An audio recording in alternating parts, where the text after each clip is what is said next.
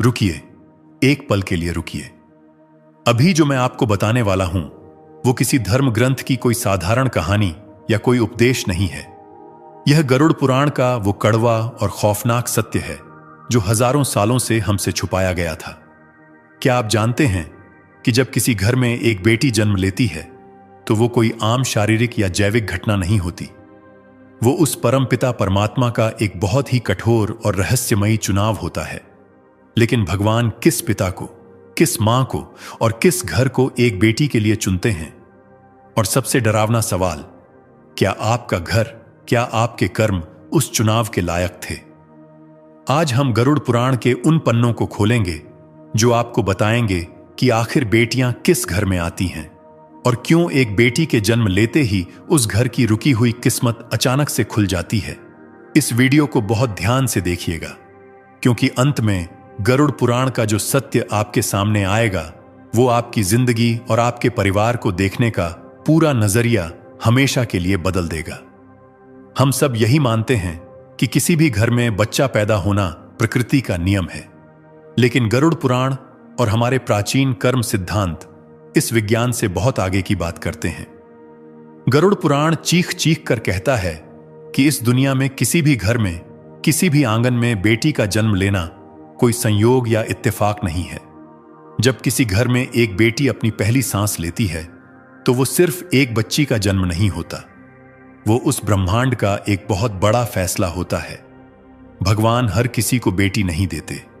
आज मैं आत्म रहस्य के इस मंच से गरुड़ पुराण के उस सबसे खूबसूरत लेकिन सबसे ज्यादा रुला देने वाले पन्ने को खोलने जा रहा हूं।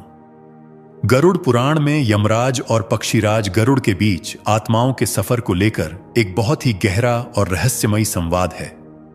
उसमें स्पष्ट बताया गया है कि मृत्यु के बाद जब कोई आत्मा यमराज के दरबार में खड़ी होती है तो उसका अगला जन्म यूं ही तय नहीं होता।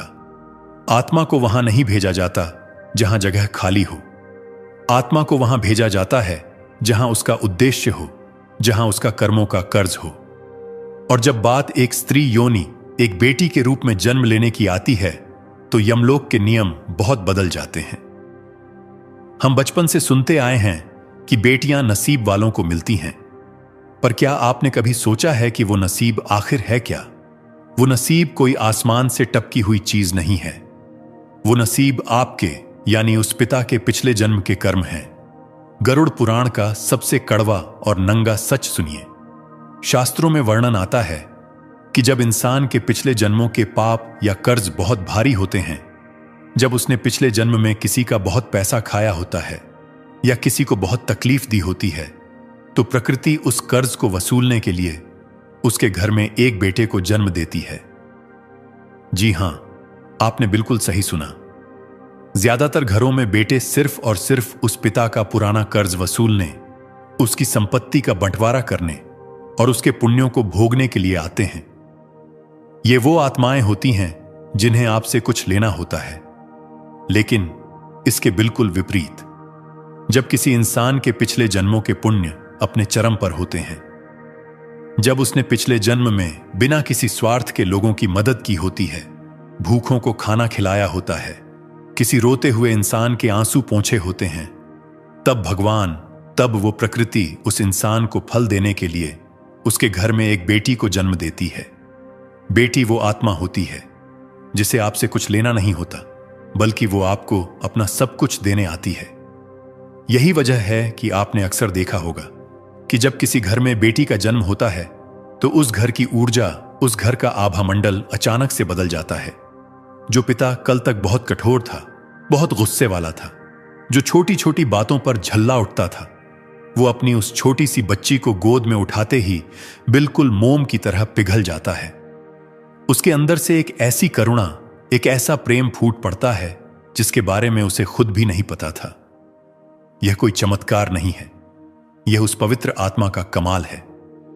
गरुड़ पुराण कहता है कि बेटियां अपने साथ ब्रह्मांड की सबसे शुद्ध और सबसे कोमल ऊर्जा लेकर आती हैं।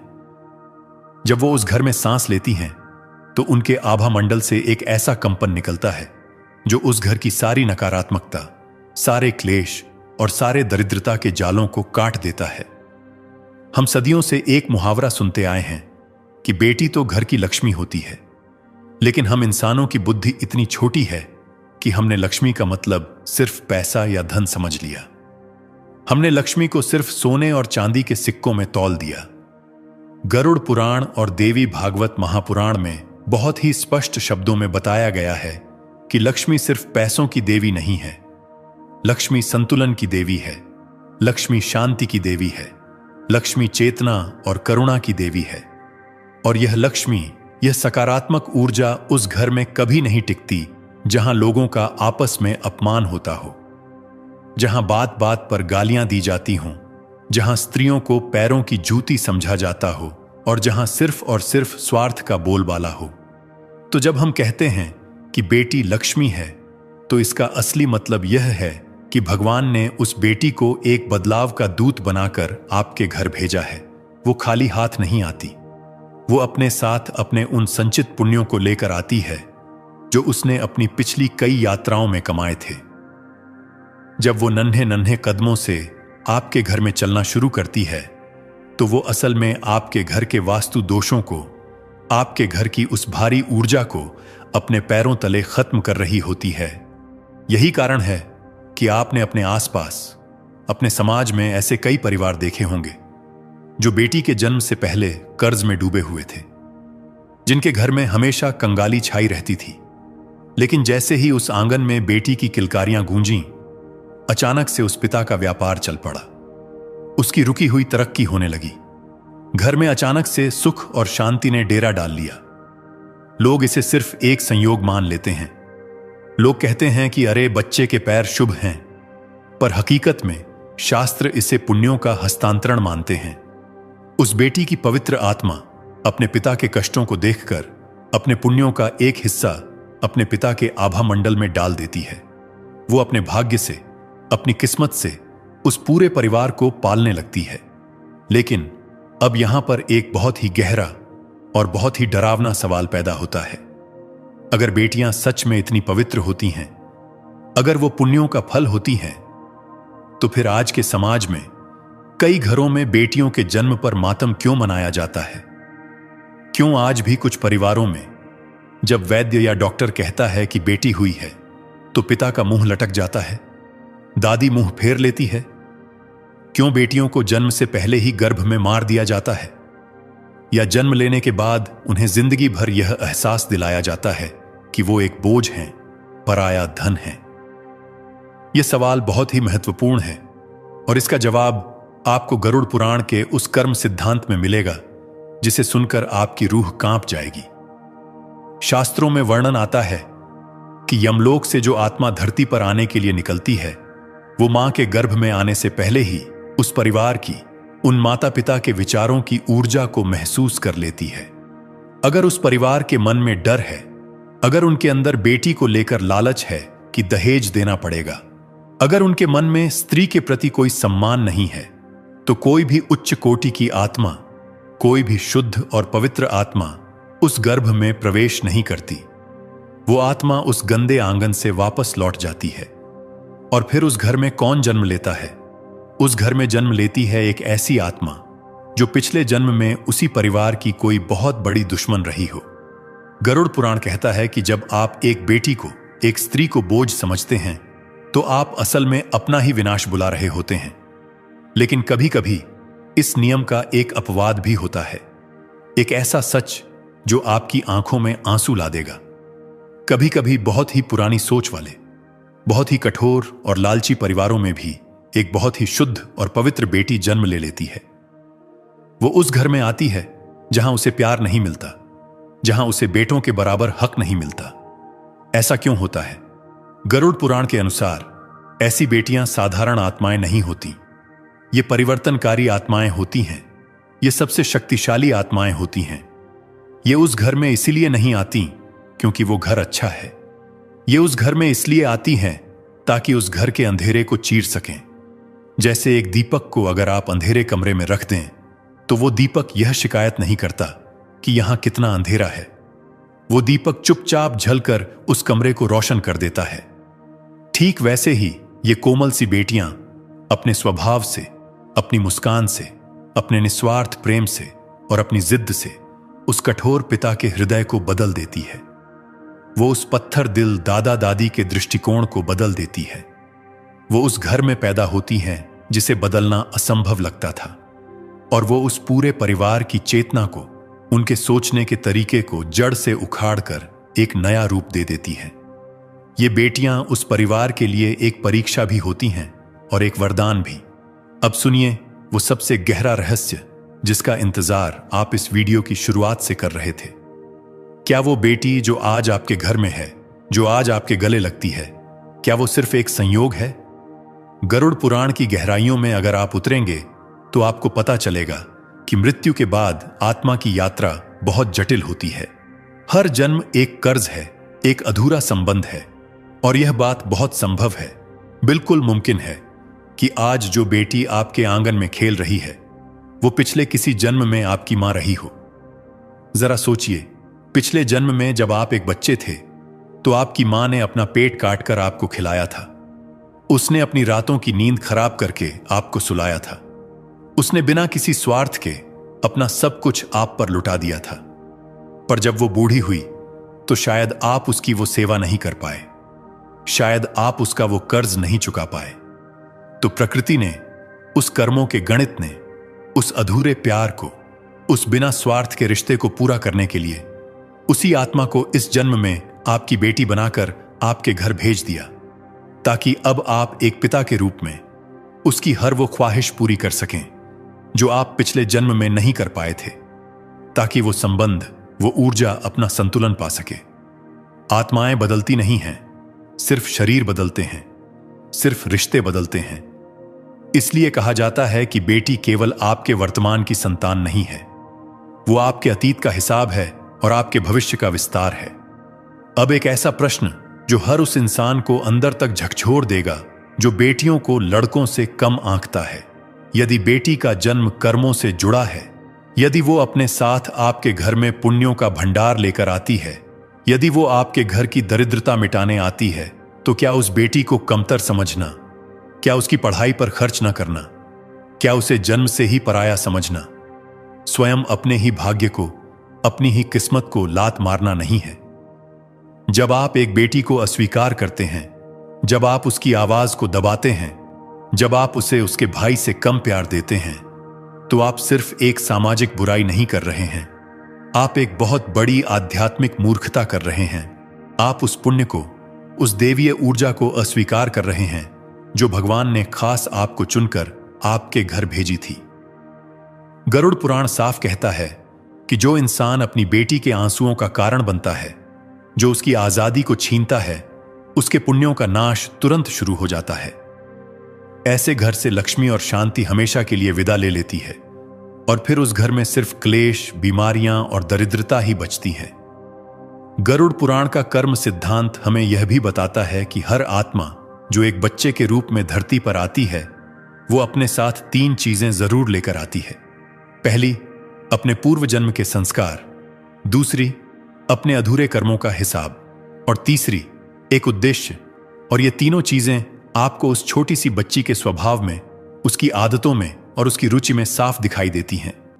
जरा अपनी बेटी को ध्यान से देखिए। वो बेटी जो बचपन से ही बिना कहे सबकी मदद करती है, जो अपने खिलौने दूसरों को दे देती है, जिसे दूसरों का दुख नहीं देखा जाता। शायद वो पिछले किसी जन्म की कोई बहुत बड़ी संत रही हो, जो इस जन्म में आपके घर करुणा और प्रेम का संदेश लेकर आई है। वो बेटी जो हर मुश्किल में निडर होकर डटी रहती है, जो लड़कों से भी ज्यादा हिम्मत दिखाती है। शायद वो पिछले जन्म का कोई योद्धा हो, जो आपके परिवार को साहस और निडरता सिखाने आई है। वो बेटी जो बात बात पर सवाल पूछती है, जो पुरानी और रूढ़िवादी बातों को चुनौती देती है, जो चुप नहीं बैठती। शायद वो एक बदलाव का दूत बनकर आई है। और कभी कभी कुछ घरों में एक बहुत ही दर्दनाक घटना घटती है। कभी कभी एक बेटी घर में जन्म लेती है, पूरे घर में खुशियां भर देती है, सबको अपना दीवाना बना लेती है, और फिर बहुत ही कम उम्र में किसी बीमारी से या किसी हादसे में वो इस दुनिया को छोड़कर चली जाती है। माता पिता टूट जाते हैं, वो भगवान को कोसते हैं कि तूने उसे दिया ही क्यों था जब वापस छीनना था। पर गरुड़ पुराण इस असहनीय दर्द का भी एक बहुत गहरा आध्यात्मिक कारण बताता है। शास्त्रों के अनुसार ऐसी आत्माएं वो होती हैं जिनका इस धरती पर और उस परिवार के साथ कर्मों का हिसाब सिर्फ उतने ही सालों का या उतने ही महीनों का होता है। वो आत्माएं अपना कोई बहुत पुराना और छोटा सा कर्ज चुकाने या आपको कोई बहुत गहरी आध्यात्मिक सीख देने के लिए आती हैं। वो अपना संदेश देती हैं, आपके पुण्यों का संतुलन बनाती हैं और फिर अपनी असली यात्रा पर परम धाम की तरफ आगे बढ़ जाती है। वो आपके दर्द का कारण नहीं बनती, वो आपकी आत्मा को इस दुनिया के मोह माया से आजाद करने का एक बहुत कठोर माध्यम बनती है। मैं जानता हूं कि यह सब सुनना बहुत कठिन है, इसे स्वीकार करना आसान नहीं है, लेकिन गरुड़ पुराण का, इस ब्रह्मांड का यही सबसे अटल सत्य है। हर जन्म उद्देश्यपूर्ण है, हर सांस की एक गिनती है, हर रिश्ते का एक कारण है। कोई भी जन्म, कोई भी रिश्ता बेवजह नहीं है। तो अब हम उस अंतिम और सबसे गहरे प्रश्न पर आते हैं जिसे हर माता पिता को खुद से पूछना चाहिए। क्या बेटी का जन्म भगवान की तरफ से केवल एक कृपा है या फिर वो एक बहुत बड़ी आध्यात्मिक जिम्मेदारी भी है? गरुड़ पुराण का उत्तर बहुत ही स्पष्ट है। बेटी का जन्म दोनों है। जब कोई शुद्ध और शुभ आत्मा एक बेटी के रूप में आपके घर में जन्म लेती है तो वो केवल आपके आंगन में खुशियां बिखेरने नहीं आती, वो केवल आपके बुढ़ापे का सहारा बनने नहीं आती। वो उस घर की चेतना को, उस परिवार के आध्यात्मिक स्तर को ऊंचा उठाने आती है। और इसके बदले में उस परिवार का, उस पिता का यह सबसे बड़ा कर्मों का दायित्व है कि वो उसे सबसे बेहतरीन शिक्षा दे, वो उसे दुनिया की हर बुरी नजर से सुरक्षा दे, लेकिन सुरक्षा के नाम पर उसे पिंजरे में न बांधे। वो उसे स्वतंत्रता दे, वो उसे अपने फैसले खुद लेने का सम्मान दे। यदि किसी घर में बेटी का जन्म तो बहुत खुशियों के साथ होता है, पर बड़ी होने पर उसे अपने ही भाई के समान अधिकार न मिले, यदि उसके सपनों को, उसकी पढ़ाई को यह कहकर छोटा कर दिया जाए कि तुझे तो दूसरे घर जाना है, यदि उसकी आवाज को अनसुना किया जाए, तो गरुड़ पुराण के अनुसार वो घर, वो पिता उस महान आध्यात्मिक अवसर को हमेशा के लिए खो देता है जो भगवान ने उसे दिया था। वो अपने पुण्यों को खुद अपने हाथों से आग लगा देता है। गरुड़ पुराण हमें यही सिखाता है कि जन्म लेने वाली आत्मा और उस परिवार के बीच एक बहुत ही सूक्ष्म और पवित्र अनुबंध होता है। आत्मा अपने संस्कार और पुण्य लेकर आती है और परिवार उसके पंखों को आसमान देने का दायित्व लेता है। यह रिश्ता केवल खाना खिलाने या कपड़े पहनाने का नहीं है, यह उस आत्मा के विकास का है। और जब एक पिता इस दायित्व को पूरी ईमानदारी से पूरा करता है तो उस घर में केवल एक बेटी नहीं बड़ी होती, उस पूरे परिवार की किस्मत, उनकी चेतना और उनका आध्यात्मिक स्तर बढ़ जाता है। मित्रों, आज हमने आत्म रहस्य के इस सफर में एक बहुत ही लंबी और गहरी यात्रा की है। आज हमने गरुड़ पुराण के उन पन्नों को खोला है जो बताते हैं कि बेटी का जन्म केवल एक शारीरिक घटना नहीं है, वो आत्माओं की उस अनंत यात्रा का एक बहुत ही खूबसूरत अध्याय है। हमने जाना कि बेटियां केवल संतान नहीं हैं, वो संस्कार हैं। वो केवल एक रिश्ता नहीं है, वो एक दिव्य ऊर्जा है जो दरिद्रता को भस्म कर देती है। कोई भी जन्म संयोग नहीं होता। हर आत्मा अपने पूर्व जन्म के कर्मों के अनुसार अपना घर चुनती है। और जब एक बेटी आपके घर को चुनती है तो वो अपने साथ एक मौका लेकर आती है, आपके अंदर के प्रेम को जगाने का मौका, आपकी कठोर सोच को बदलने का मौका और आपके परिवार को भीतर से मजबूत करने का मौका।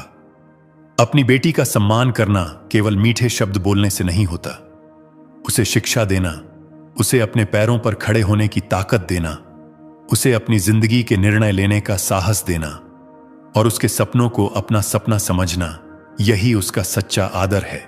और यकीन मानिए, जिस घर में नारी का, बेटियों का यह आदर होता है, वहां केवल बेटियां मुस्कुराती नहीं हैं, वहां साक्षात लक्ष्मी और नारायण निवास करते हैं। यदि आपके घर में एक बेटी है तो आज रात उसे सोते हुए देखिएगा और अपने दिल पर हाथ रखकर भगवान का शुक्रिया अदा कीजिएगा, क्योंकि इस पूरे ब्रह्मांड में भगवान ने आपको चुना है। और यदि आपके घर में बेटी नहीं है तो सड़क पर समाज में दिखने वाली हर बेटी को, हर स्त्री को वो सम्मान दीजिए जो उसे मिलना चाहिए, क्योंकि आपका यही सम्मान, आपकी यही पवित्र नजर अगले जन्म में आपका भाग्य तय करेगी। बेटी उस परमपिता परमात्मा का सबसे खूबसूरत उपहार है और उस उपहार की रक्षा करना हमारी सबसे बड़ी आध्यात्मिक जिम्मेदारी है। अगर आज गरुड़ पुराण के इस सच ने, इस कथा ने आपके दिल के किसी तार को छुआ हो, अगर आपकी आंखों में एक पल के लिए भी नमी आई हो, तो एक छोटा सा काम जरूर कीजिएगा। यह वीडियो अभी इसी वक्त उस इंसान को साझा कीजिएगा जिसके घर में एक बेटी है। उस पिता को भेजिएगा जो दिन रात अपनी बेटी के लिए मेहनत करता है, और उस इंसान को भी भेजिएगा जिसे शायद आज यह सत्य सुनना बहुत जरूरी है।